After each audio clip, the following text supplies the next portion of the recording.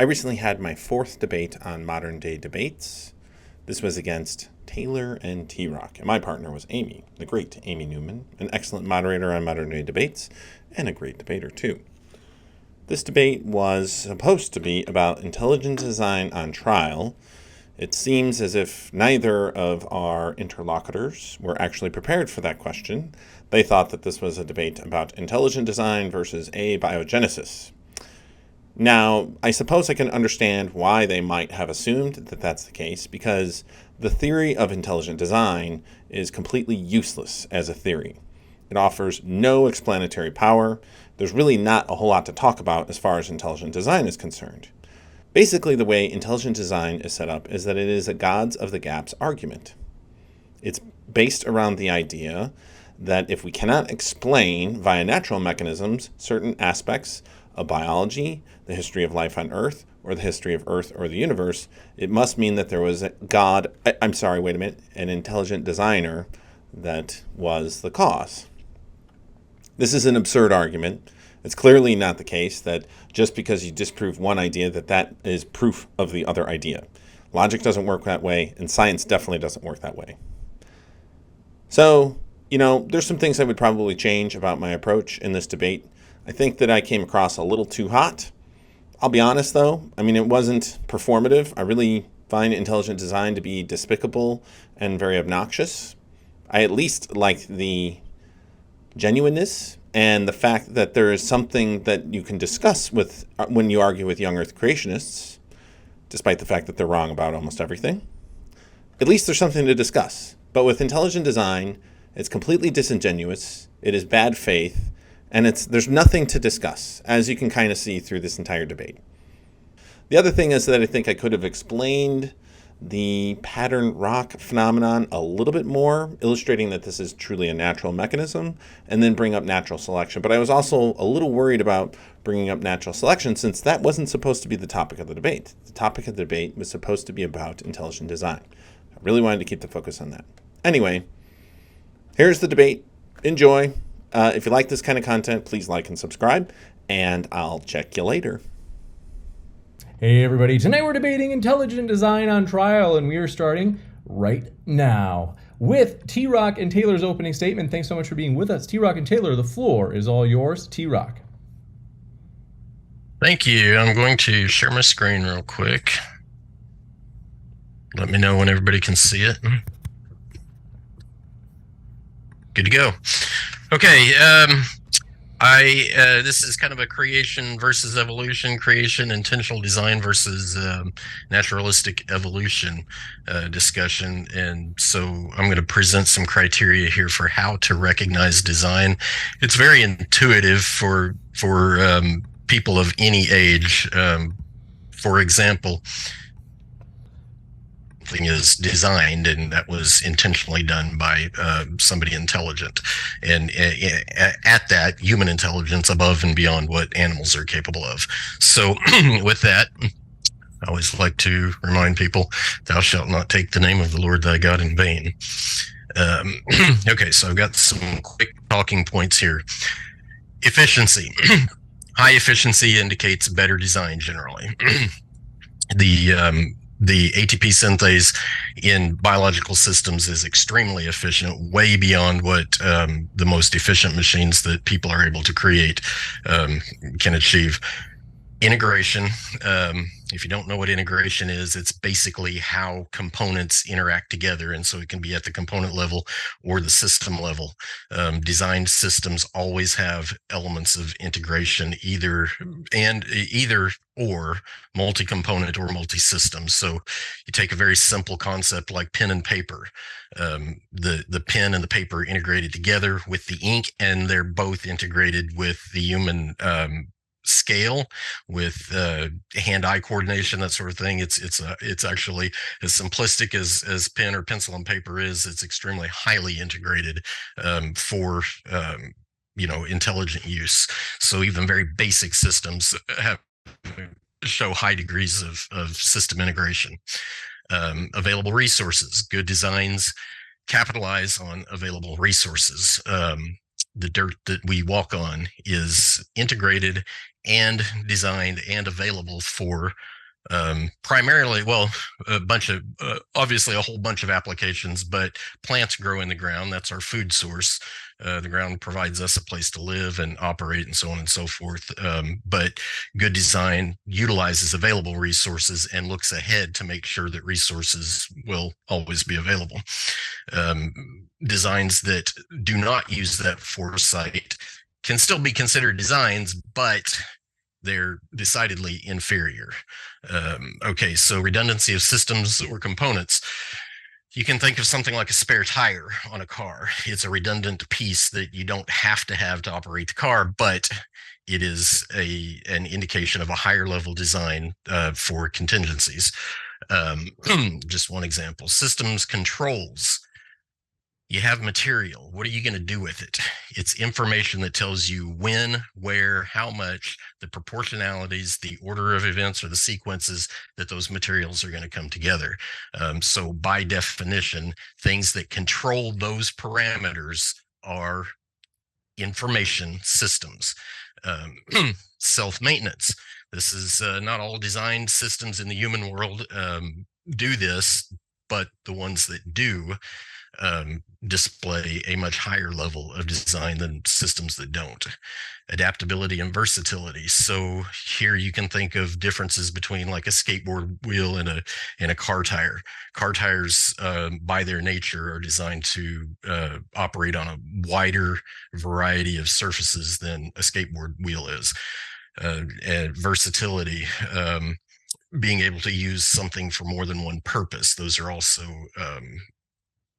highly indicative of design.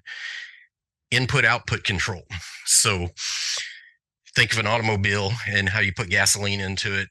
So your tank is designed and your system is designed to use one type of fuel. You put a cap on there so that you can control what goes in and therefore what comes out of the system. Specificity. The more specific you get, the higher level design tends to be. You can be too specific and create unnecessary specificity, i.e. something like Rube Goldberg, but high levels of specificity equate to high levels of design. Now, biological systems have every one of these indicators, every single one of them. It's pretty much unheard of for people in natural conversation when they're not being defensive about origins topics to deny that these all exist in the biological world. Okay, naturalism without intelligent input always yields randomness, no specificity, no control, no foresight for resources, and no efficiency, as in zero, none. There's nothing to measure because efficiency is basically a parameter of design, and you can measure efficiency in something like ATP synthase, as indicated earlier. So I will stop there so that Taylor can have a turn. Thank you very much. We'll kick it over to Taylor. Okay. We're ready for you. One moment. Let me share my screen real quick. I need to stop share mine. There we go. Okay. Okay. Let me see. One moment. Okay. Let's see. Share screen. Okay. Can y'all see it? Yes. Okay. So yeah, today we're debating whether science suggests abiogenesis or intelligent design. And I believe science suggests that we are intelligently designed. The purpose of science is generally a pursuit of knowledge. And there's many different fields of science: cell biology, physics, chemistry, theology, or philosophy. And actually, most scientists do believe in God. So most scientists are not atheist, contrary to popular belief.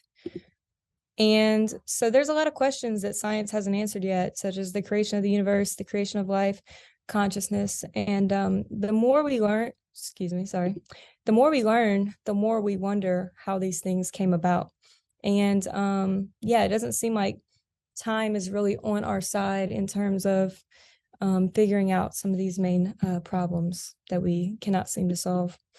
So abiogenesis is life arising from non-living material. And there's currently no working theory that scientists can come together and agree on. And people just think that if there's enough time, then the cell will get created. But contrary to popular belief, time does not really help in terms of these things coming about if there is not proper conditions for them to come about. Also, panspermia is another theory where life originated from another planet. But even with that, that just pushes back the question of where did life originally begin in the universe and how. And also, Darwin said, if it could be demonstrated that any complex organ existed which could not possibly have been formed by numerous successive slight modifications, my theory would absolutely break down. And in my opinion, and many other scientists believe that we have found things like this, where if you take away any component, the organelle will not function, or different components of the cell.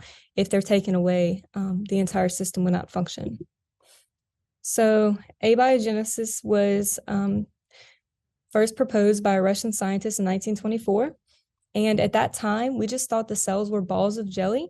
So we didn't really understand the complexity of life at that time. So in 1953, we saw the structure of DNA, just to give you an idea of how early abiogenesis was theorized. It was very young and very early. And so at this time, we did not understand the complexity of the cell. But now that we can see how complex the cell actually is, we are trying to figure out how this got started.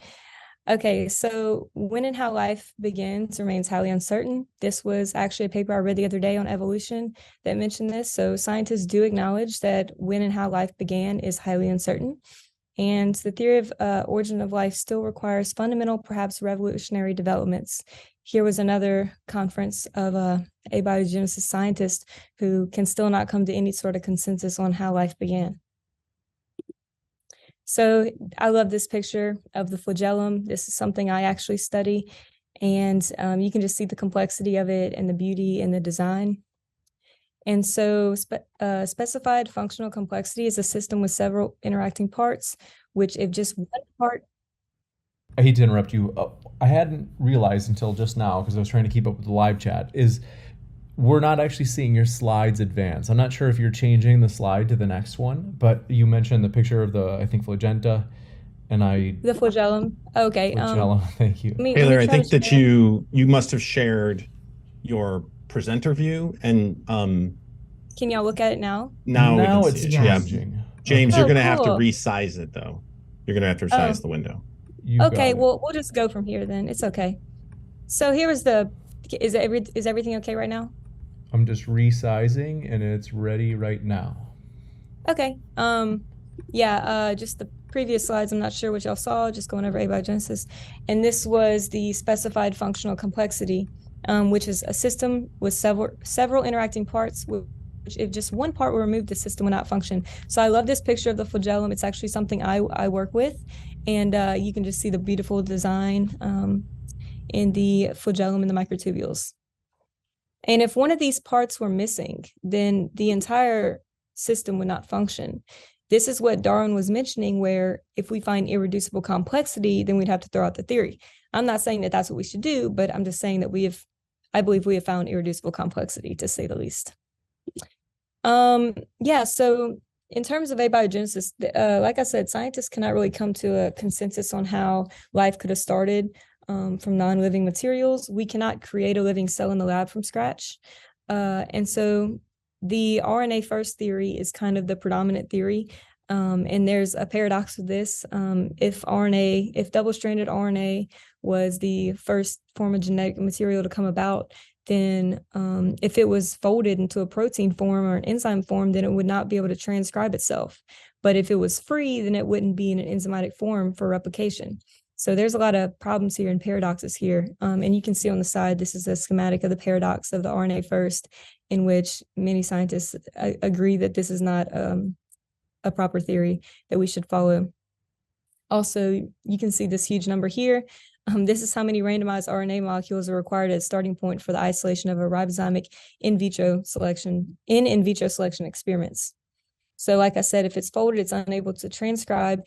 And in the absence of other specialized ribozymes or excessive heat, how could the two strands of the ribosome faithfully separate in the first place? So normally you need things like helicase or microtubules to come and separate the different strands of the RNA. And yep. Okay, so here was a paper I saw earlier, RNA world hypothesis, the worst theory of the early evolution of life, except for all the other ones. So this just gives you a good image of what we're actually dealing with here in terms of origin of life. And here's at the bottom left is a couple of the different problems with the RNA first hypothesis. Also, chirality is a big problem. How could we have only had purely right-handed nucleotides and purely left-handed amino acids is very baffling to scientists.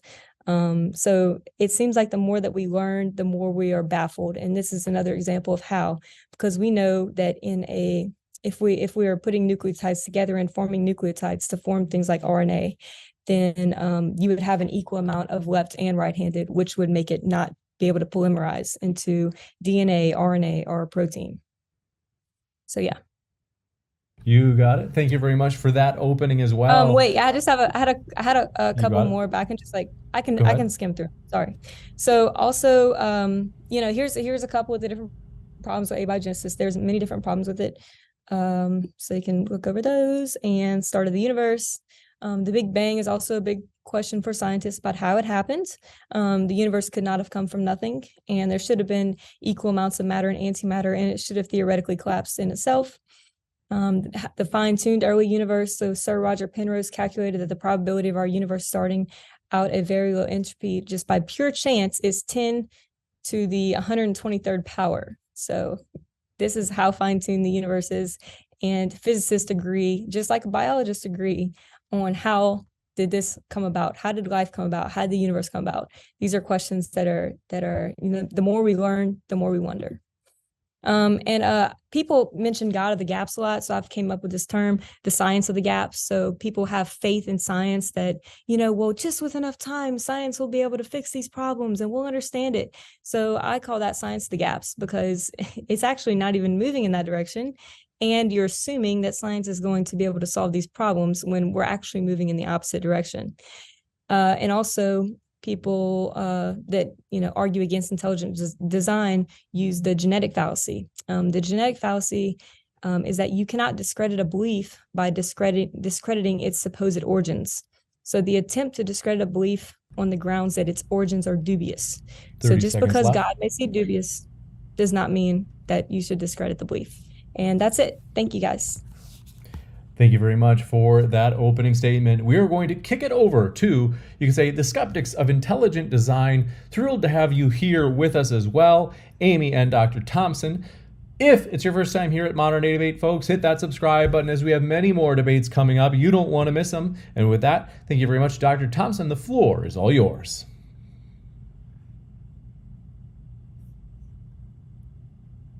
I'm unmuted. Great. So thank you for having me. I'm glad to be back at Modern Day Debates. I also have some slides to share. So let's do that. And let me know when that's ready. It's crystal clear. Awesome. So, thanks again for having me. I want to say right up front, intelligent design is not science. It clearly is not science. And I'm going to make that case, as is Amy. So intelligent design is, in fact, a political effort to counter the results of a Supreme Court case called Edwards v. Aguillard in 1987. That's when the Supreme Court decided that biblical creationism is religion and should not be taught in public schools. Intelligent design is actually just what I like to refer to as diet creationism. It's got the same great taste, but none of the calories.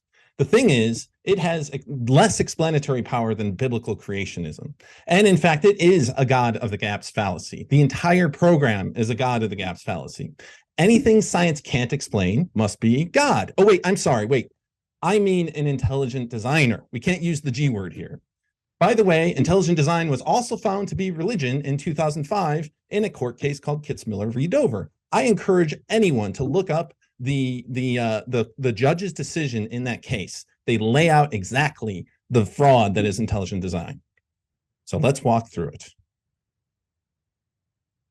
Intelligent design, what is it? Really, it kind of has two ideas, neither of which are actually novel. Intelligent design has one idea, which is irreducible complexity. Taylor kind of laid out the idea of irreducible complexity. This was formulated by Michael Behe in his book called Darwin's Black Box. Some biological systems have multiple interacting parts that cease functioning if any one of the parts is removed. Thus, it could not evolve via natural selection. That must mean it's designed. Magic. Specified complex information is the other idea that's there, that's been put forward by intelligent design theorists. This is formulated by William Dembski. So in that case, intelligent designed objects have patterns that are specified, quote, and complex, that is unlikely to have occurred by chance. Therefore, it must be designed. Again, it's just ruling in place that God must be intelligent designers must be the explanation. So let's look at this. Let's check the intelligent design test and actually apply it to something. So there's something called sorted pattern ground. All right, we're going to get a little away from biology here for a moment. Let's talk about something else. Something called sorted pattern ground is a phenomenon that we see in polar regions. This is an example of something that is specified and complex. People have theorized how these circles that are perfect circles, remember, TROCK said perfect circles don't occur in nature, but we have these nearly perfect circles or these perfectly parallel lines appearing in nature in the ground. And people theorize that maybe these were ancient humans that went to the polar regions that did this, or maybe it was, aliens or demons, or maybe alien demons or something like that, right? Who knows? Well, in 2003, there was a study published in the journal Science where it conclusively showed exactly a mechanism to explain this. This paper is called Self-Organization of Sorted Pattern Ground. Now, we know there are certain phenomena that happen with freezing and thawing cycles in polar regions. This leads to a self-organization that leads to this stunning pattern of stones and soil. There are just two feedback mechanisms that we know work very, very well. And over the years, you're going to see the emergence of this pattern that occurs. So these guys used, basically uniformitarianism that we know we can observe over time, and then applying those principles across iterations using a model that allowed for us to see over time with their model the exact emergence of these patterns. So of course there's a natural explanation for this. Geologists never pretended that okay, there must be some kind of magic that occurred, right? But if we apply the intelligent design argument to this, if this was done prior to 2003, we would have to conclude that it was designed. This is specified complex information, right? So it's got to be designed. But now that we have a natural explanation for this, for something that we can see is specified and complex, then it's not designed. This illustrates why intelligent design is a complete dead end as a tool for understanding anything in life and in the universe. It doesn't actually teach us anything. So why is intelligent design a dead end? First of all, it has zero explanatory power. It doesn't actually tell us anything about very important questions about the universe and life on Earth. Intelligent design theorists don't bother to answer critical questions, such as where was life designed? When was life designed? For what purpose was life designed? Who did the designing? And the thing is, anytime you want to apply intelligent design to actually intelligent design objects, you can answer all these questions. It's actually quite intuitive. Let's look at an example. What does real intelligent design look like? Here's two examples. This, I would argue, is intelligently designed. This is the Russian Iskander E-missile that's being used right now by Russia to kill innocents in Ukraine. This is over here is the American Patriot system, okay? The American Patriot system on the right, this missile system is being used to counter the missiles that are made by Russia that they're using to kill, people in Ukraine. So where were these designed? Well, this was designed in Russia because it says made in Russia. This was designed in the US because it says made in the US. When was it designed? You could pretty much figure that out relatively easily, right? For what purpose? And this is critical, right? These have a purpose, right? One is for killing, one is for protecting against that killing. There's a co-evolution arms race that occurs here where one is being used for the other. And who are the designers? We can answer this. Well, the Russians designed this, of course, and Americans designed this. And you can apply this to intelligently designed objects. I can go to any factory and figure out how is it being done? Who is doing the designing?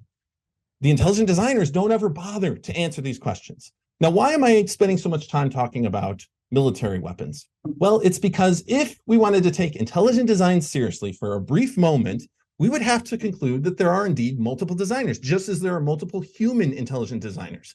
Nature is violence in tooth and claw. It is all about animals killing other animals. It's about plants killing animals, animals killing plants, even fungi, right? So this is cordyceps down here on the bottom. So this is from The Last of Us, this recent program that was on HBO. There is a kind of fungus that takes over the nervous system, makes them essentially zombies, has them crawl up, and then they sprout spores across the world. You're not going to imagine a benevolent designer creating these things. This is the design of psychotics, right? Who are clearly designing animals to kill each other. So these are the purposes that obviously an intelligent designer multiple designers would have had to have applied. And it doesn't make any sense that there's a single designer, because, these are cross purposes. Why would a single designer create all these animals that are about parasitizing and killing? So I'm going to leave it there, and I'm going to pass this over to my partner, Amy. Thanks very much. We'll kick it over to Amy indeed. Floor is all yours, Amy.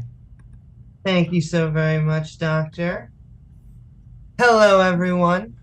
My name is Amy Newman, and I am a newly minted professor of information systems, a counter-apologist, and unfortunately, prop comedian.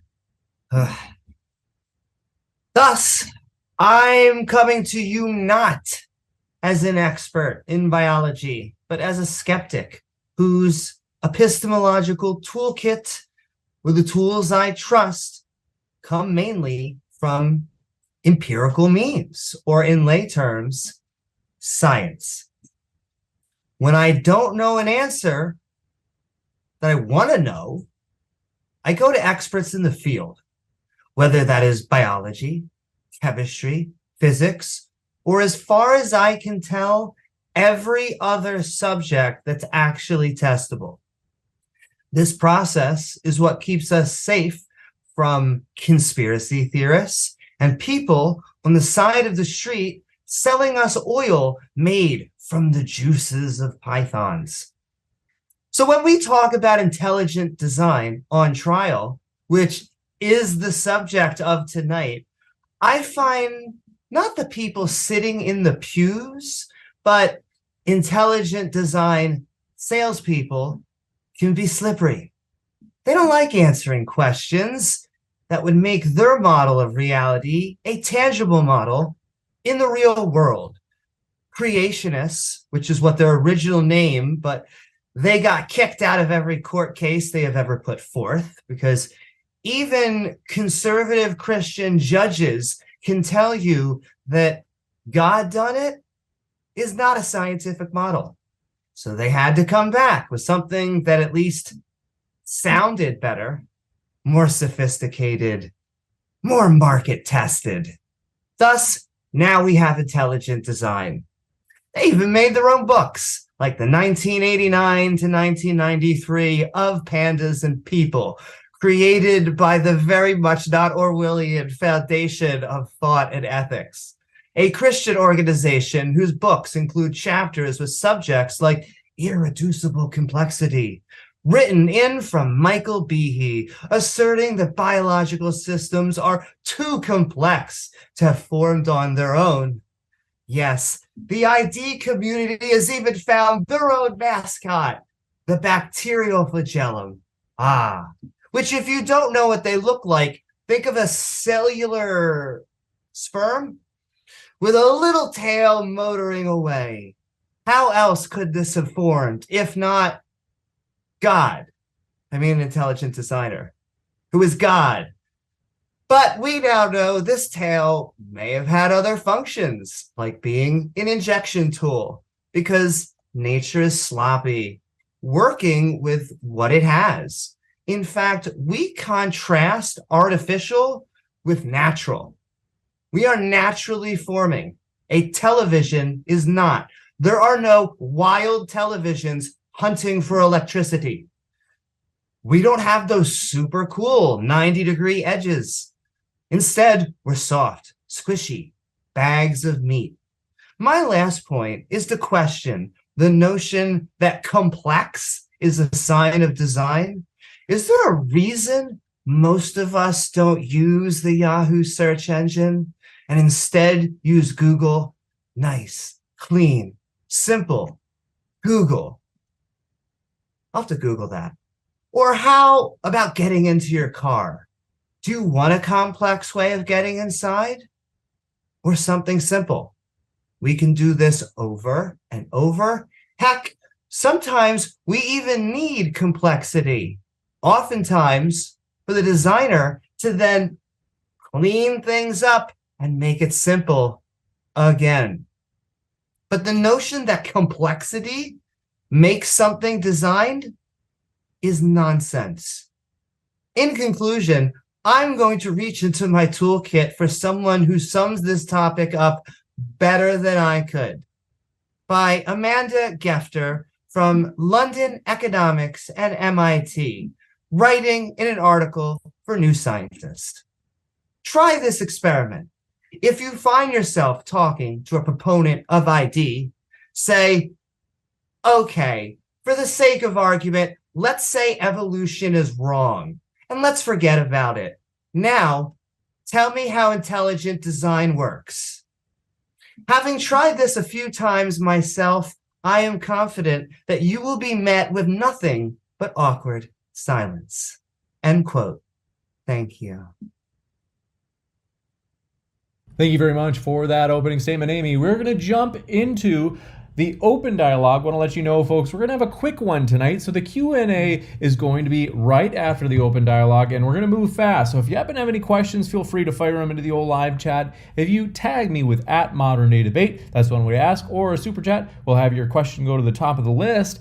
And the table is set. Let's get to the main course. Thanks very much to our speakers for being here. The floor is all yours for open dialogue.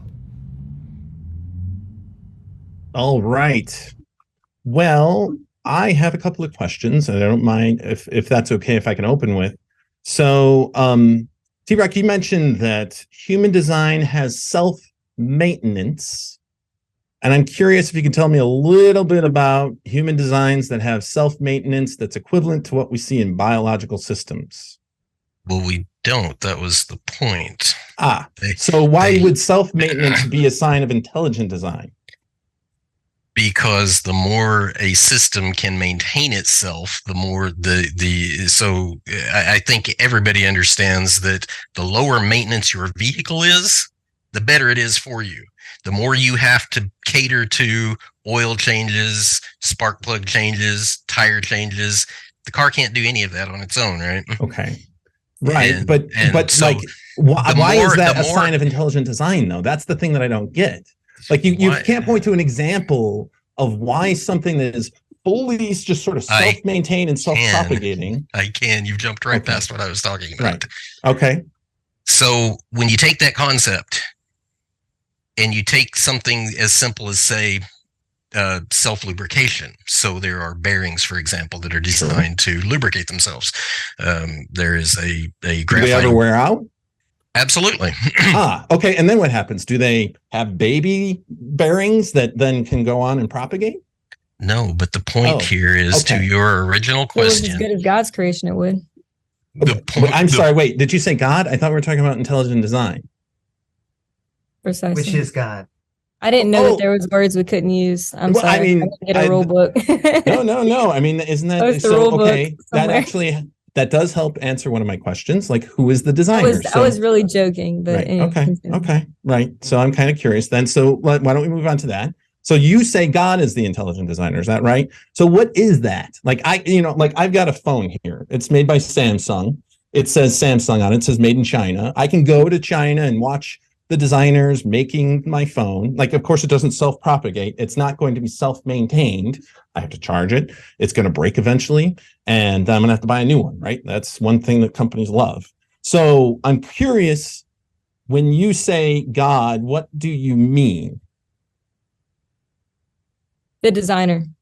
The designer. No, but what is that, right? I can go to the Samsung factory and tell you about the Samsung factory. Like, who is there? Who put together my phone?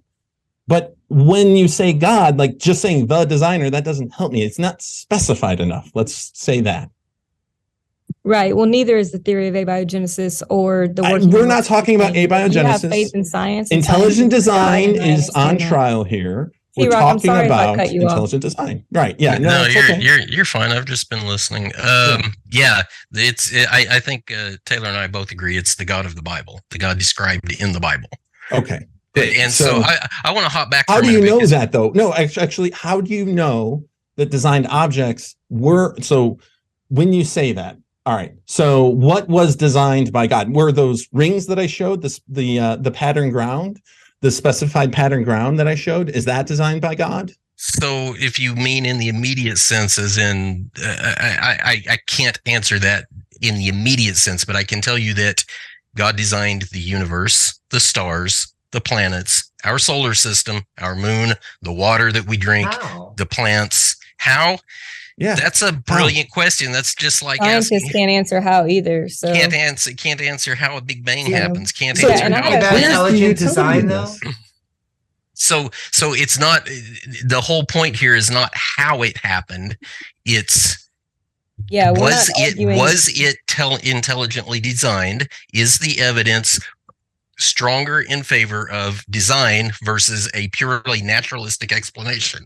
And so you cannot form a planet under naturalistic conditions, period. So how does a God form a planet? I tried to tell you this. None of us can answer how anything. You can't answer. You can't answer.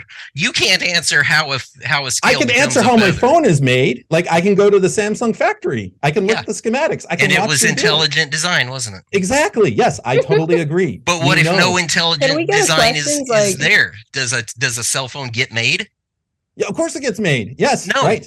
In the absence of intelligent design. No. Okay. In the absence of intelligent design. No, obviously not. Right. Okay. Yes. Thank you. Right. Of course. Yes. And there are processes that we can describe by which it was done. Who did it? When it happened. But you can't do that with your, I guess we're going to calling it the God, design. And neither can y'all. But no, I think that we actually have excellent explanations for origins, but that's not what we're talking about tonight. We're talking about intelligent design. You've been kind of overpowering everybody. Okay. Well, I'm just, I'm trying to keep people on topic. The topic is intelligent design. Okay. Yes, exactly. Precisely. Right. So I had a couple questions written down from our introductions. One of them was that intelligent design is not science. And I wanted to know if y'all believe theology is science, or is that no longer a science? What is your definition of science? I can give my definition, which it is a process, not a body of knowledge. It is about forming hypotheses, going out and collecting data and forming testable theories that people can peer review. And abiogenesis is not a testable theory. So should we? Okay, but what's your evidence for intelligent design? Go, floor yours. You're saying that the cell, you're proposing an explanation for how life was created. So you're proposing an explanation. I'm proposing intelligent design. So is abiogenesis technically a science if we cannot replicate it and if we have no evidence to show that it happened? So this is the God of the gaps fallacy that you're talking about. And so if you can disprove, because there's no science of the gaps, that it actually happened. Look, how did it happen then? You're saying that it happened naturally, and that's your argument. So give me an explanation to how. No, my argument is that intelligent design is an insufficient explanation for. And so is the scientific explanation. That's not what we're talking about tonight. We're talking about intelligent design. Hold on, just to be sure that there's not too much interrupting. I do just want to be sure that we're able to hear everybody, and I appreciate everybody's passion. It's much better than a passionless debate, so I appreciate that. But I just want to be sure that, because it defeats the purpose if they can't hear you guys, that there's not too much interrupting. So, Chris, let me kind of point out the fallacy in your thinking there. You cannot explain. So you're using a modern historical context for design, and now you can say, okay, I know how and who and where a cell phone gets designed. So that's purely human context. But you cannot tell me how the megaliths were constructed. You can't tell me how the pyramids were constructed. They're very clearly documented historical events. But there's hardly a person on the planet that can tell you how the Egyptians built the pyramids. I mean, they stacked some rocks on top of each other, starting from the bottom up.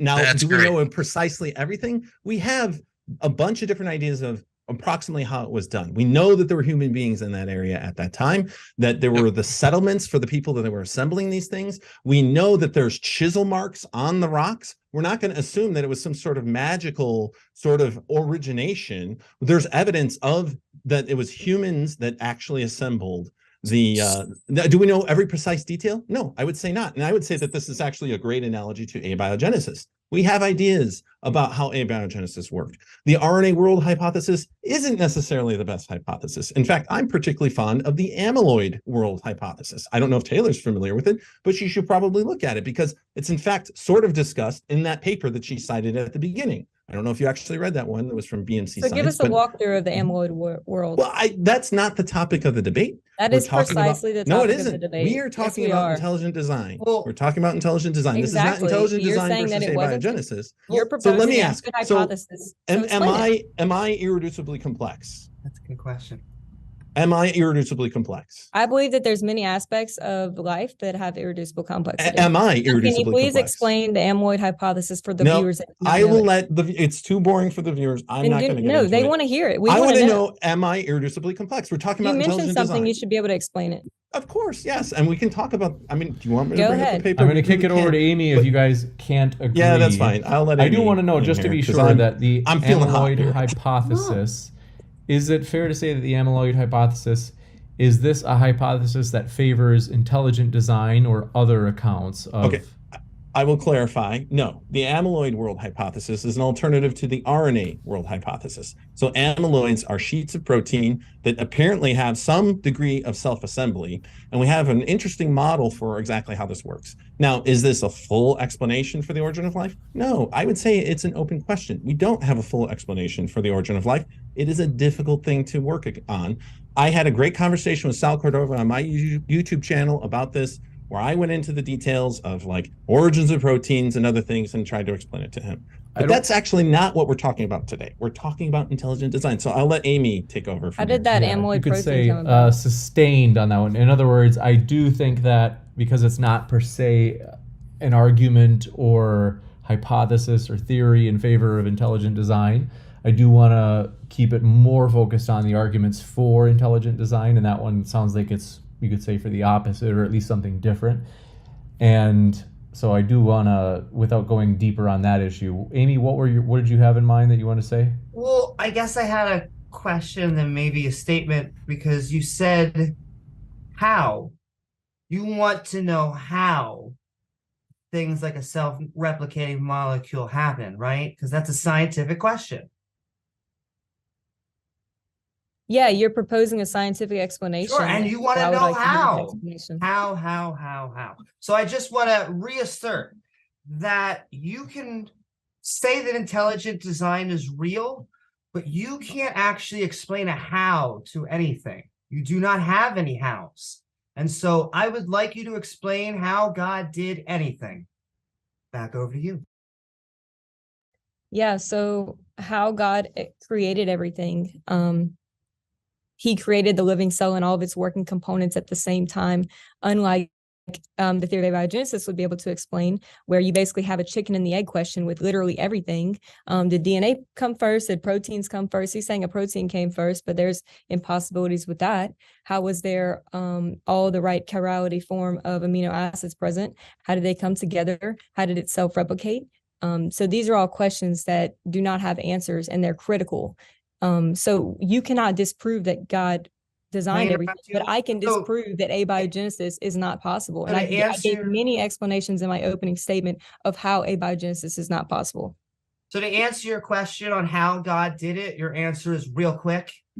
Was your response? Did you not hear me, man? Yeah, she said. I did. I said God created all of the working components simultaneously. Right. Real but that's quick. As meaningless as me saying. So is your theory that has no working theory. So I actually did. I heard you very correctly. That was your response. And then you went on to talk about abiogenesis and said nothing about how your God does anything. So I'll hand it back over to you. How does your God, How about a planet? How does it? You said I simultaneous. I That's think not I an gotta answer. I think I gotta reiterate the problem with the direction you guys are trying to push this conversation. Nobody can answer how. You can't explain how a planet forms naturalistically. Yes. You can't explain how a moon gets in the proximity of the Earth without destroying it through naturalistic processes. You can't even explain how the magnetic field of the Earth has lasted billions of years. And so the point here is not to answer how anything happened. It's to These are high school set expressions. indicate that all of the criteria associated with intelligent design is readily evident in the biological world. Okay, so let's back up a little bit. Taylor, you mentioned the bacterial flagellum, and as Amy pointed out, this is intelligent design's mascot. So I assume that you feel that the bacterial flagellum is irreducibly complex, at least. I wouldn't say the flagellum is our mascot. I would say the DNA code is our mascot. It's pretty awesome. But yeah, I believe that there's irreducible complexity in many aspects of But is the the bacterial flagellum irreducibly complex? Yeah, along with many other components of the cell. Are you familiar with the type 3 secretory system? Yes, I've read all about it. Okay, so does it have components of the bacterial flagellum? It's type essentially 3 secretory system. Yes, the type 3 secretory system. Okay, can you elaborate on what components you're looking for in that? Sure. So the type 3 secretory system has essentially just some parts of the bacterial flagellum, and it's used for some protists to inject content into cells that it's trying to infect or to take over control of. And it has basically some of the parts of the bacterial flagellum, but not all of the parts. So you could say that it's a simplified bacterial flagellum that's missing some of the parts. In fact, it's missing quite a few of the parts. So how is it irreducibly complex if a simpler version of the bacterial flagellum that is missing some of the parts actually has a function? Can you explain that to me? Yes, because so in the process of the flagellum evolving, it would not have had the critical components in order for it to function, but the type 3 secretory components are just, extra and nuanced. They're not critical to the infrastructure of the flagellum. No, they're not extra. These are parts of the bacterial flagellum. It's not all of the bacterial flagellum. It's just some of the parts of the bacterial flagellum. If the bacterial flagellum was in truly like irreducibly complex, meaning if you take any one part away, it should cease to have any kind of function whatsoever. The type 3 secretory system clearly shows that there's common origin to these things, that one was taken from the other, and that like some of the components can be lost. Like you don't need all the parts of the bacterial flagellum in order for it to have some kind of function. And so therefore it actually can have were missing? What function. components were missing that look, I'm a neuroscientist. I don't work in this stuff, so I'm not going to be able to listen to you. You're asking me specifics, but every time I ask you specifics, such as the amyloid protein hypothesis, yes, and I will send you. Go ahead and explain it here. Then we're going to test your knowledge. I'm not going to explain it here. That's not what we're talking about. We're talking about intelligent design. Chris, let's go over to T-Rock. That's ridiculous. I will be perfectly honest with you. I am familiar with the irreducibly complex argument, but I'm not like super steeped in it. But it does honestly sound like you're completely misrepresenting what it is. Explain what I'm misrepresenting. Okay, so in my slides, one of the things that I was talking about is redundancy of systems. And this actually came up in a debate I had very, very recently. I was talking about how every living creature on the planet has a role that participates in this grand recycling scheme. So something was said about trilobites going extinct, and the balance of nature didn't fall apart because trilobites went extinct. But this is exactly the point. There is so much redundancy in nature to prevent easy extinction. So irreducibly complex things can be, if an animal can go extinct, or your spare tire can fall out of your car and no longer be there, the car still functions.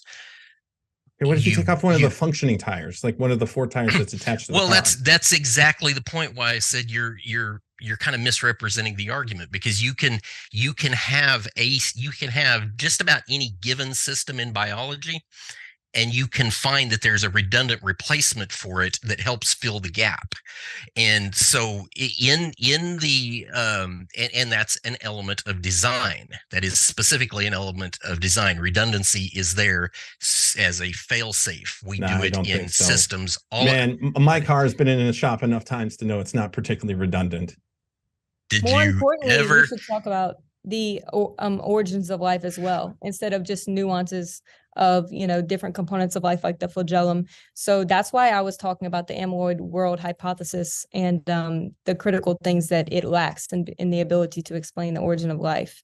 So I would like to go back to talking about intelligent design, right? So am I an intelligently designed organism? Like, did someone design me? Obviously not, as we can see. Okay. Well, that's I'm just really joking. nice of you, Taylor. I I'm really just kidding. appreciate that. Quite all right. It's nice joshing. I Short answer, yes. Yes. Okay, great. Absolutely. I get some sort of straightforward answer. So does that mean I'm irreducibly complex? Once again, you're kind of alluding to a very strong misrepresentation of What's the misrepresentation? Again, the point is not that your scaling is wrong. The point is, TROCK, have you read Behe's Darwin Black Box? I just kind of answered that indirectly a little while ago. That you haven't. Okay. The whole point here is, and to be clear, you notice in my opening statements, I didn't mention directly irreducible complexity. I believe it's a valid argument, but not the way you're presenting it. What I am strongly pushing is systems integration. Are you integrated into anything in the world? Well, everything about design requires some type of integration, and you are highly integrated into the world. Because some of your metrics, I always find it weird what people think is intelligently designed and what is it. What is it about complexity that makes you think that it is the hallmark of design? Another misrepresentation of the I've never argument. said that irreducible complexity was the hallmark. I think that the lack of theory for how life got started is the hallmark, in my opinion. Just because there's no working theory to how life got started. So the cell, like, for example, like the chicken and the egg problem with the DNA, the protein. So he mentioned the amyloid world hypothesis, and that basically this protein had enzymatic functions and was able to replicate itself. But we know that there would need to be other proteins there and a genetic code present, along with a cell membrane and a form of energy metabolism. So all of these systems components would have needed to be there simultaneously. And that's how I answered Amy's question on how God created it, even though that was trying to bait me. But anyway, I can answer questions. But what about complexity to you says this makes it designed? It's irreducible. The impossibility for it to come about naturally is what makes me say that this is most likely intelligently designed. Okay. Sorry, it's not complexity. You keep misrepresenting the argument again. It's not complexity. That's not what's at issue here. TROCK, no. I'm sorry. I can't help it that you're ignorant of the intelligent design argument. But the major players that are the intelligent design theorists, if you're talking about Stephen Darwin Miller, came up with the irreducible please complexity don't interrupt statement. me. No, he did not. So we're talking about Stephen Miller. We're talking about William Dembski. We're talking about Michael Behe. All of them, they even have it in the words of the things that they made up. Specified complex information, irreducible complexity. That is the crux of the argument. Two really important points that you're completely off base on. Number one, you're not debating Michael Behe. Number two, but I thought we were talking about intelligent design. Specified complexity is a very different thing than complexity. So complexity is not connected to design at all. In and of itself, that's not even the argument. That's not what I was arguing. I was not saying because of irreducible complexity we were designed. I was saying from a lack of theory for abiogenesis and the start of the universe as well. From lack of working theories of these models, that's what I'm arguing. Wait, tell me a little bit about what you believe. Is the Earth 4.5 billion years old? I believe that the universe and life was intelligently designed. Okay, that doesn't answer my question. When did the design occur? Let's talk about that. I haven't researched things like how old When? the Earth is. That's not even what I'm arguing. I'm Are you arguing curious about it at that all? life I mean, like, I can tell and you the when my phone universe was were made. intelligently designed. Okay, yes, but And the when? more we learn about these systems, the more we realize that these could not have came about on accident. And Great. T-Rock, do you have any scientists answer as well. to when, like, Oh the yeah, design? I do. Go ahead. You could say it. You know You what could I say it, man. Don't be shy. No, I'm not. 6,000 years plus There or we minus a are. couple hundred That's years. right. And how do we know that? We know that by the absolute best scientific method Oh my possible, God. which is eyewitness accounts. Can So I just point Taylor- See, out? now you're just before we trying go to on- discredit him, and that I just want to point out, if you think the world is 6,000 years old, you are off by 99%. Yes. Like that is More than that. like a Somebody's off by a huge percent. Yeah. Sure. It's the difference between the distance between New York and LA and thinking that LA and New York are actually around 26 feet away from each other. That's the so difference. now that you're we're trying to talking argue about. things that don't even pertain to intelligence. No, it's critical, Did you run out of Taylor. I'm arguments? sorry. It absolutely is critical. So- you need Okay, to well, have think of some something else. idea Like, of when that's this not even actually relevant happened. to the conversation. It's not So- irrelevant. It's not at all. Okay, well, Like think when of some things better were arguments. designed, that's insane. That is completely insane to me. I'm sorry. But you have no curiosity about when this actually happened? Zero? Sir, we're talking about how it came about. Okay, so let's talk about it. What was designed at the beginning? Was it just like a single cell? Is that what you think? I think that a cell was designed, yes. Okay, By them. one cell. So did humans evolve from a common ancestor that was shared And I'm with not going to tell chimpanzees? you all the nuances of my theory until you at least give me a layout of yours, which you have yet to do. You have yet to even explain the Emerald Taylor, world you work in hypothesis to me, biological and you're asking sciences. me nuances. You're certainly well acquainted with what I believe, which is I'm not generally talking what about the nuances of my 99% of theory all until you give working me a layout of biologists actually yours. believe. I You don't can't need to lay even it give out. me a layout of your theory. You're Taylor, asking- look, you're trying I to will pick have you apart on my mine. YouTube channel and we can talk about it and we can hash it out because I'm This very is where we're curious to talk to hashing you it about out. it. Let's hear No, it. we're not What's- hashing it out right here. We're talking about intelligent design. So You're when saying were that humans... intelligent design isn't true and that science can explain it let's- all. So right, give me your all right, scientific all right, method. Taylor, you're not answering the question. T-Rock, why don't you tell me You when haven't humans answered were either. designed? You still haven't answered When the were question humans 20 designed, minutes T-Rock? ago. Day 6 of Creation Week, about There we are. 6,000 years ago. Thanks for being at least precise. You actually have more explanatory power adopting biblical creationism than you do using Taylor's method, which is intelligent Well, design, which is like, I don't know, who knows? It To could be whatever. clear, You don't know 6,000 anything. You years, can't even give your own 4.5 billion theory. years. I don't know. Chris, Okay. tell us your theory, which you have yet to That's even not what we're do. talking about. We're talking about intelligent design. Wow. Okay, Yeah. I think the audience could see through that, but anyway. well, okay, so listen real quick. To be clear, a couple quick points. I did not come here to argue classical intelligent design. Okay, I but that's the came premise here- of the debate.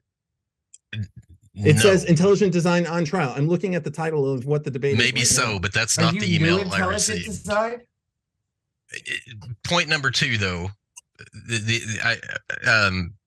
hold on, I got to collect my thoughts again. But to Taylor's point, if you want to say that intelligent design is not an answer, you're going to have to compare it to something else to say that something else is a better answer.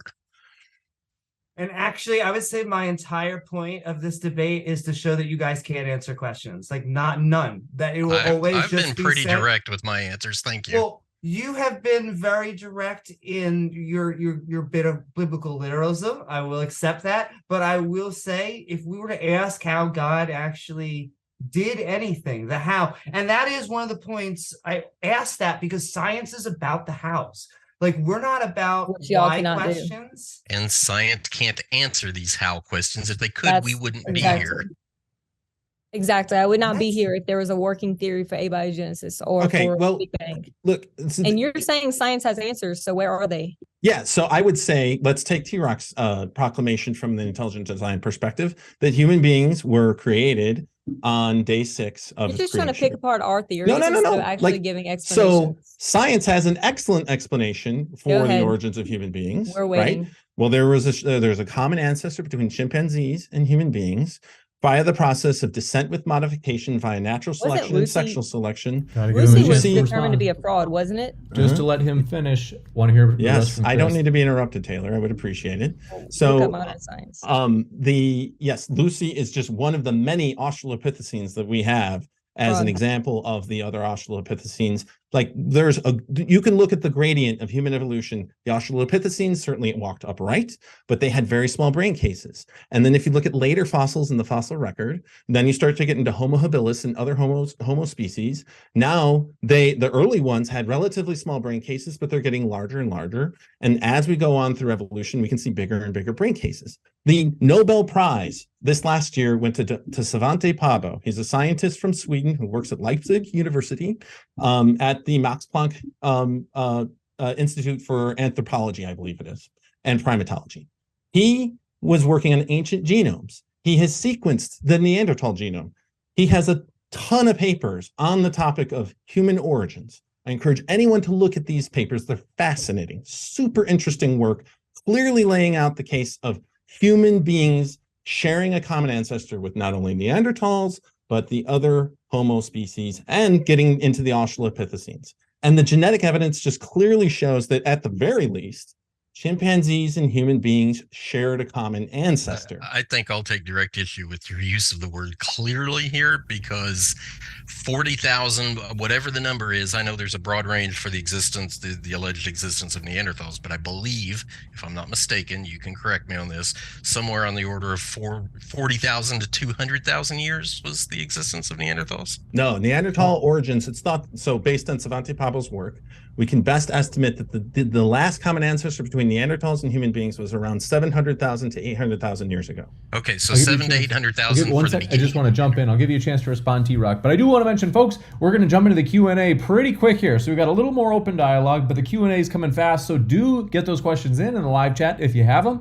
Go ahead, T-Rock. Okay, so you're saying 700,000 to 800,000 for the beginning of Neanderthals, up to about 40,000 years? Am I correct on that part? That's right. Okay. No, around 40,000 years so ago. Here's my point, though. Your whole use of the word clearly. Under naturalistic conditions, real world natural conditions, there is no reason in the world to expect that Neanderthal DNA lasted 40,000 years. There is none whatsoever. That's not true at all. Svante Pääbo has papers that show how long it can last. Chris. No, how long it can last is that's the whole under the problem. Right conditions. It can last a very long time. Fossils in tropical regions that are exposed to high temperatures. Yes. Thermal conditions where Neanderthals are found are exact opposite of how you calculate the alleged hypothetical conditions. So a paper published the other day in New Scientist actually quoted this. It's a paper about evolution. It was published recently, and this is a very high esteemed journal. It says the fossil record is like a movie with most of the frames cut out. Because it is so incomplete, it can be difficult to establish when particular evolutionary changes happened. So it admits in itself in an pro-evolution paper that the fossil record is like a movie with most of the frames cut out and that it's very incomplete. So you have it when your own scientists acknowledge this, you have to acknowledge it as well. Sure, I would acknowledge that there's incompleteness to the fossil record, but there's enormous conclusions that we can draw from fossils. And I'm still waiting on your theory for the origin of life. Well, we're not talking. That has nothing to do with the origin of life. The amyloid hypothesis, I'm still waiting to hear, but it's okay. Hey, look it up. It's great. You cannot give a working but theory. We're talking about intelligent design. So let's get to so T-Rock. You say that I'm intelligently designed. Am I an irreducibly complex system? Same points. But you're saying that you have misrepresenting the Well, look, the thing is, T-Rock at least can give me some answers. Taylor, you have no answers. You can't give answers either. I'm still trying to get. We're not talking about my theory. If we want to have another debate, James, have me on next time and we'll talk about it. But I'm not. We're not here to talk about it. I do want to be sure that we. Let's see. We may actually jump into the Q&A early. So I want to let folks know that you're watching. Don't worry if you've enjoyed this debate, as I'm sure you have. We've gotten a lot of good engagement. We may actually do a part 2 of this in the future. We had a late start tonight, and so I promised the speakers that we are going to get them out of here within about 15 minutes of right now. And so do want to say, if you have those questions, let me know, as we're going to speed through the Q&A so we can get everybody out of here on time. And any final thoughts? Drawing the threads together, we have one question that's already come in. Oh, I just want to say one final thing. The reason why creationists, intelligent designers, why they bring up things like abiogenesis, consciousness, all of the outer edge scientific hypotheses that we're working on is because they don't want to defend intelligent design.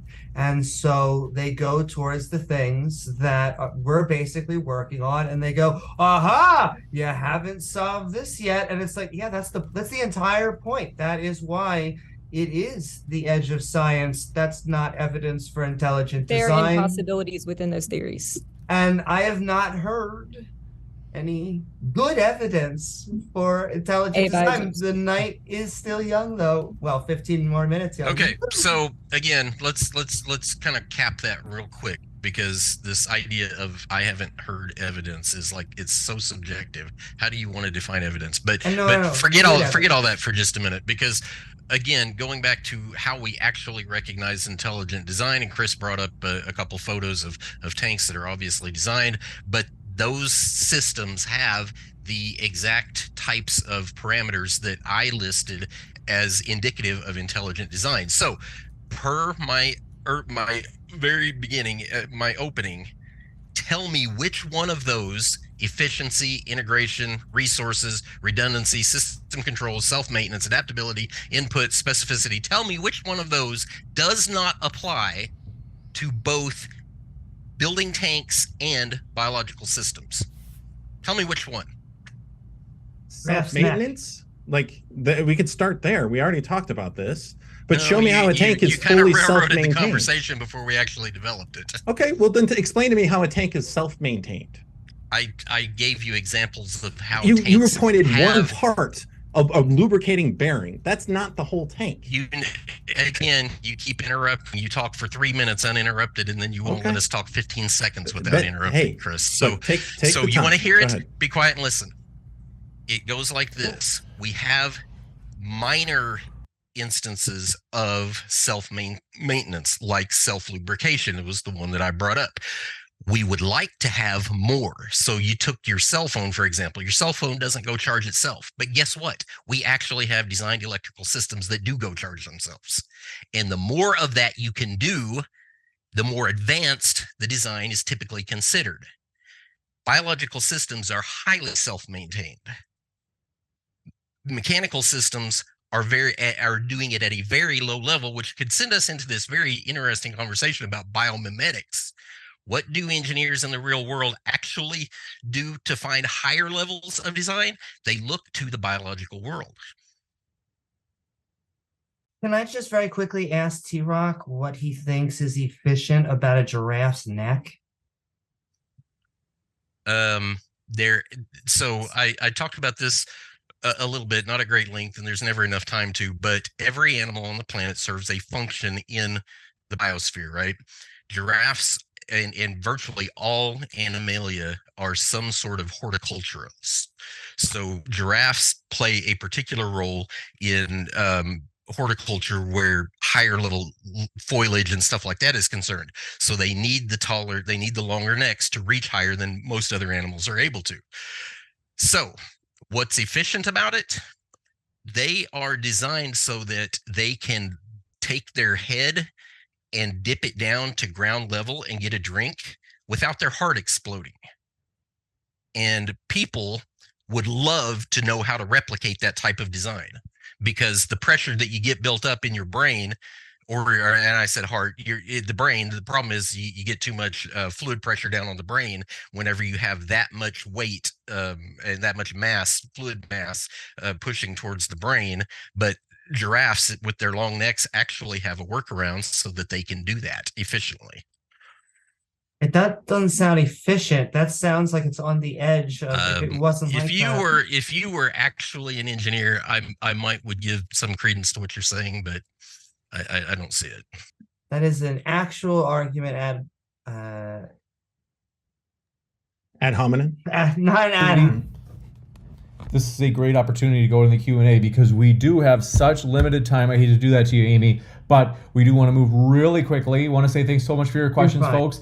If you enjoyed tonight, folks, I've got to tell you, I'm going to try my darndest to get a part 2 of this one, because this one's especially short as we had a delayed start tonight. This one coming in first from Bubblegum Gun says, Chris and Amy, why are you scared to debate me on Modern Day Debate? Don't worry, he says that to everybody, but I'll give you a chance to know. answer.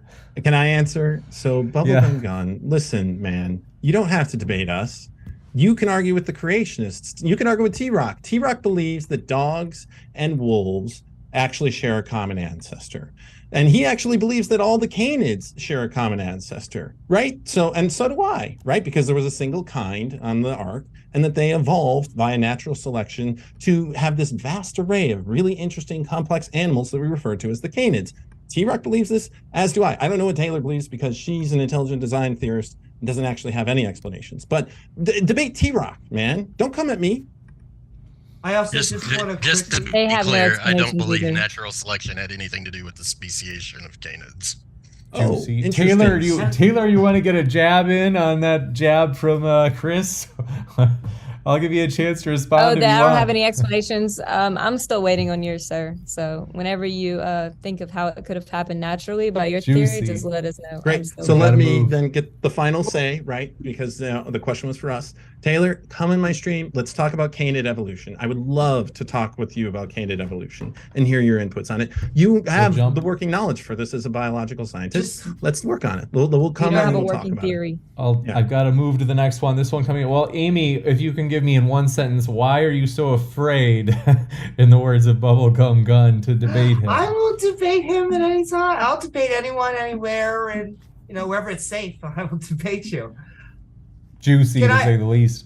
Can I also just add argument If from it's authority super fallacy? pithy, just because I have to get through a lot of questions in 8 minutes.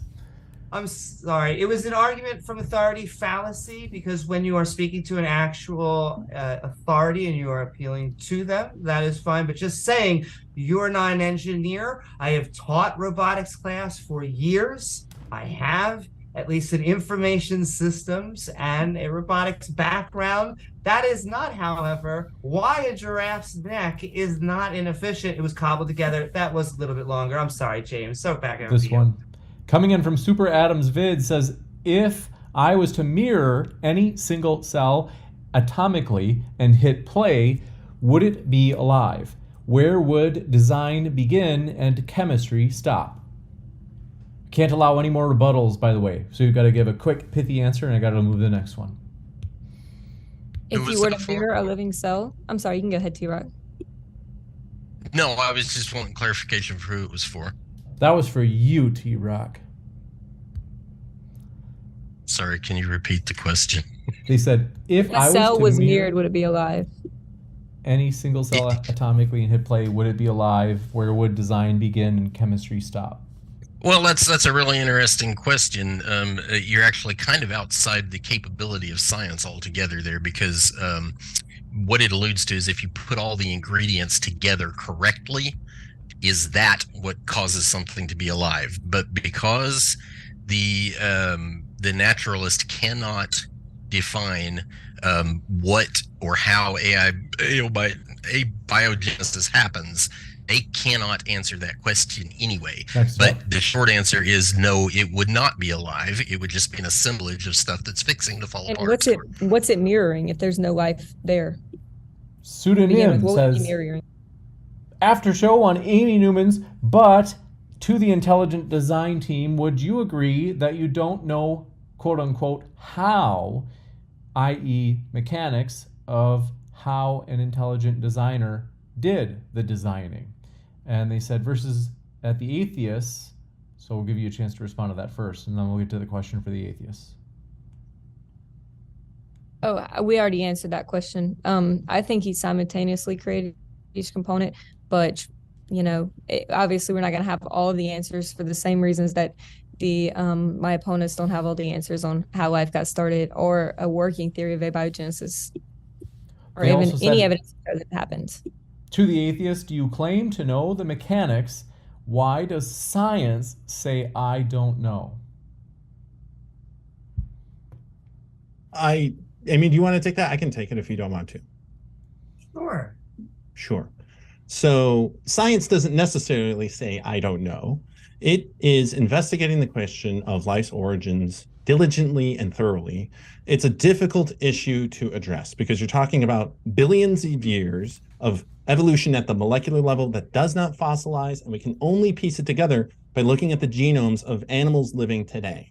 But at the very least, our side can talk an awful lot about what actually happened as far as life on Earth, and it's fully consistent with the data as presented. Genetics, fossil evidence, biogeography. When you get into the details, like looking at canid evolution, none of it makes sense with the literal biblical creationist model, which at least that gives us something to work with. And as far as intelligent design goes, no explanatory power whatsoever, other than to say that an intelligent designer did it, and I'm not going to tell you anything more beyond that.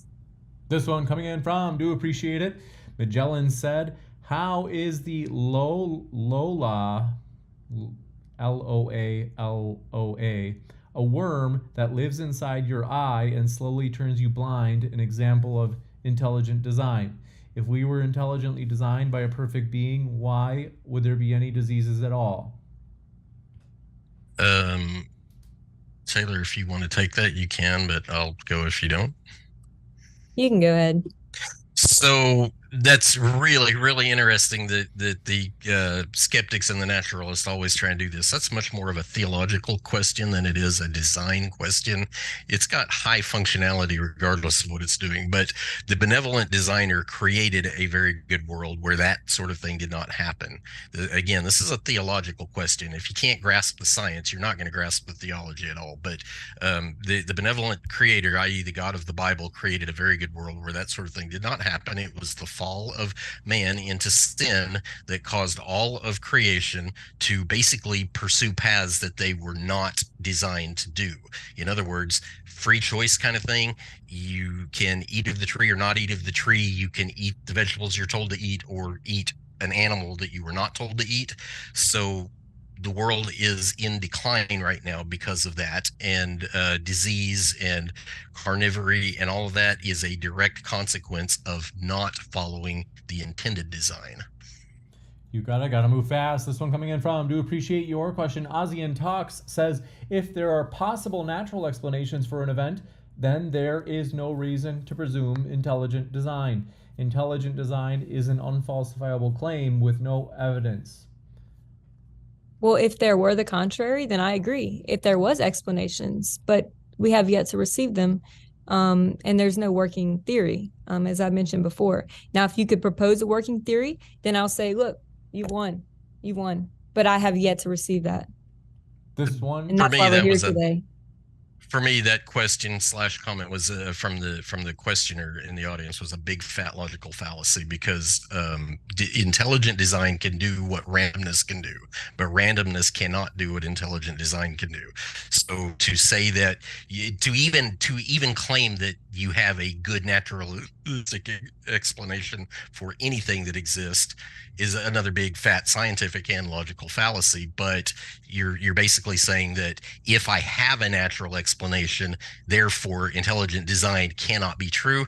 That's just a big fat logical fallacy. And I'll go on to say that when people like Chris has done this multiple times now, when you say a designer would or would not do this or would not do that, you can't tell what another human individual would or would not, or how or should not design anything. You can tell me, for example, to design you a vehicle to get you from here to California. You have no idea whether I'll even put wheels on it or not. This one coming in from, do appreciate it. Mont said, I would like to hear Taylor comment on Orgel's first and second rule. It's spelled O-R-G-E-L. Orgel's second rule. Do you have the rules pulled up? Let me look it up right now. Orgel. While you're looking that up, I just wanted to mention the genetic fallacy, which has occurred many times during this debate. It's the attempt to discredit a belief on the grounds that its origins are dubious. So Orgel's first rule is, whenever a spontaneous process is too slow or too inefficient, a protein will evolve to speed it up or make it more efficient. That's in an already living cell. That's an already living cell. We're not talking about from dirt and from non-living materials. That's an already living cell, so it makes sense because we have a wonderful designer. The second one is this really what it is? That evolution is cleverer than you are. Yes. Okay. That's what gotcha. It is. Yeah. You got it. Well, then why can't we even give a working model for it? Oh, we have working models. We can talk For about evolution? Well, you have yet to give it, so. We're not talking about evolution tonight. I'm sorry. I We're thought talking that about was intelligent design. precisely what we're talking about, intelligent design. Anyway. Right. Of course. This one coming in from, do appreciate your question.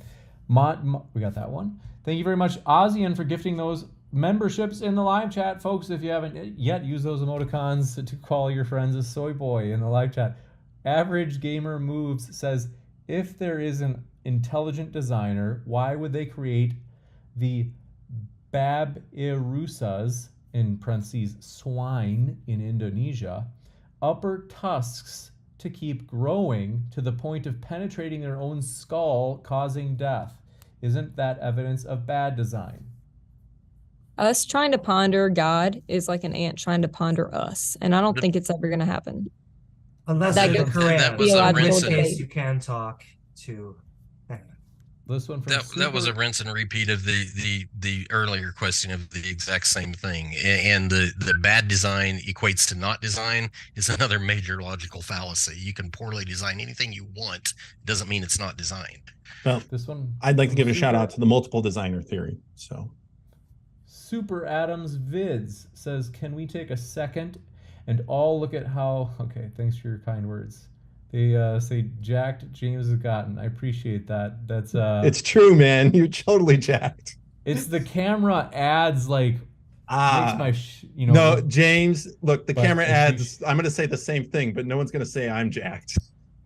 That's funny. I appreciate that. This one Your from, theory by is the way, jacked. can I give a I'm just huge credit? I want to let you know, folks, for the thumbnail. I know that Chris looks insane, but I've got it, which by the way, I appreciate you being such a good team player, Chris, because a lot of times I ask people, can you give me an insane look, or, and I appreciate You were very that worried willing to about do that. I'm So, this esteemed professor at Virginia Tech, and you're like, can you assure can I you ask folks this he's guy to not give me a insane? crazy look? And I sent you 5 pictures, and you're like, man, this guy, I swear. Yeah, I was happy to do it. Whatever. Like, They were I can't- Selection of crazy. if I can't make things. fun of myself, like, then I'm just going to be taking I it way think too you look seriously. intelligently designed. but That's lovely. I maybe you appreciate don't. that. Thank you. It's very kind. And this one from, let's see, Coffee Mom says, if science is insufficient to prove creation, why is the scientific definition of evidence so impossible for creation, intelligent design? Why is this scientific evidence what? They say, why is the scientific definition of evidence so impossible for intelligent design? Why is the scientific definition of evidence so impossible for intelligent design? Yeah, they Why say is if the science definition is so insufficient impossible? to prove creation. Yeah, I don't Yeah. think it is. I think that science is a pursuit of knowledge. And like I mentioned earlier, theology is a type of science. And we're just looking for the most logical explanation. And yeah, if there's, I don't think it's that the lack of theory, I don't think it's the lack of scientific theory that makes mine true, but I think it's the impossibilities within their own theory that make the intelligent design theory more correct. Because there are impossibilities in abiogenesis that I mentioned in my presentation, in my opening presentation, that nobody here has addressed. This So one coming that- in. I was I'll just give you going a real read. quick that claim about the definition of evidence, another huge logical fallacy. Definitions of words are subjective by definition. We decide what we want words to mean because a group of people got together and created a definition to exclude a creation approach to science does not mean evidence is impossible for science. It means your definition has excluded it. My definition has not. This one coming in And from, there's and no we cannot- evidence for my We cannot opponent's take theory any either. more questions, folks. I wish we could, but we're going to finish reading these last few, and we're going to let these guys out of here. This last several, we have one. Thank you very much, Medical Mastery says, Monkey Man Theory lost tonight. Monkey Man Theory. Is that like a new way of making fun of evolution? Is that what you Apparently. I guess that's is it- directed to us. Cool. Okay. Yeah, I call haven't me a heard monkey that man. one. That's Okay. fine. I'm That's actually new an to- ape, but That's- I'll hang with my monkey brethren. Aren't we That's all? new to me. I haven't heard that one. Let's see. This one from Dr. Kent Hovind. I have a feeling this isn't actually is the after That's show on definitely Amy new. Newman's channel, Mr. Curry. Okay. Apparently they're a fan of the prank soundboard calls. I appreciate that. This one from Ozzy and Talk says, I didn't say intelligent design was false. I said it was unfalsifiable, so it can only rationally be accepted when all other falsifiable possibilities are excluded. Yeah, and I think we're at that point where all other possibilities are excluded. I think the theory of abiogenesis has been shown to have impossibilities within them, and I named many of them in my opening statement that I received no rebuttal for. You got it. The logical fallacies keep pouring in, unfalsifiable. The truth is unfalsifiable. You can't make something that's true false. It's unfalsifiable, literally. And so that's just another huge logical fallacy. Thank you. And this one coming in from, do appreciate it. Magellan says, T-Rock and Taylor, do you ever realize how, let's see, they say, I'm not persuaded. Your fall of man excuse for bad design is textbook no true Scotsman fallacy. Another huge logical fallacy. they just won't quit with this stuff because the no true Scotsman fallacy is basically like, it is applicable in a lot of circumstances, but the problem is that we have a Bible that's been preserved for thousands of years, so it becomes our standard. So we have a book to define the Scotsman, so to speak, and so this is not a no true Scotsman fallacy at all. It was incredible to me, the silence I got back from Chris whenever I compared my parameters in for design in biological systems as compared to mechanical systems. They're parallel to the T. It's just that one is far superior than the other, obviously. Well, and I would, if you're calling me out, I'd like to respond. I would say that the similarity, if you want to draw any similarities, clearly shows that if we're going to assume intelligent design, that there must be multiple designers. And I want to hear, for our polytheistic folks that, there must be multiple designers out there if we're going to assume that all this is intelligently designed. It certainly doesn't make a lot of sense that like the fall from grace and somehow that led to parasites that innervate our eyes and like eat our eyes from the inside out because Eve ate from an apple. I explained this before, Chris. The whole point behind the fall is that if you're given specific instructions, like don't put water in your gas tank, and you put water in your gas tank, do you think something bad's going to happen? Penn says, and Red Piro 1 says, if we are created after God's image, does that mean that God cannot use the restroom when he has swollen prostate? I don't know. Is swollen prostate that makes it hard to go to the bathroom? Yes. As you get older. I'm not speaking from experience. Okay. Yes, that's why old men. I know it did. For a second, it sounded like that, but no, I don't know that from experience. But yes, that's indeed what happens. Prostate can get swollen in older men, and therefore they can't pee, which is why they got to get up multiple times in the night and take a leak. That's what he's talking about. And why is that intelligently designed? And if it is, does that mean God is designed in the same way? Because if we're creating God's image. Interesting that, sorry, Red Piro, if you're going through that. And this one coming in, Cool Lambo says, T-Rock, will you marry me? Wow. T-Rock, you got a fan out there. No. Okay. Wow. What an ice cold rejection. This one, I think this is our last one for the night. Thank you very much for your question.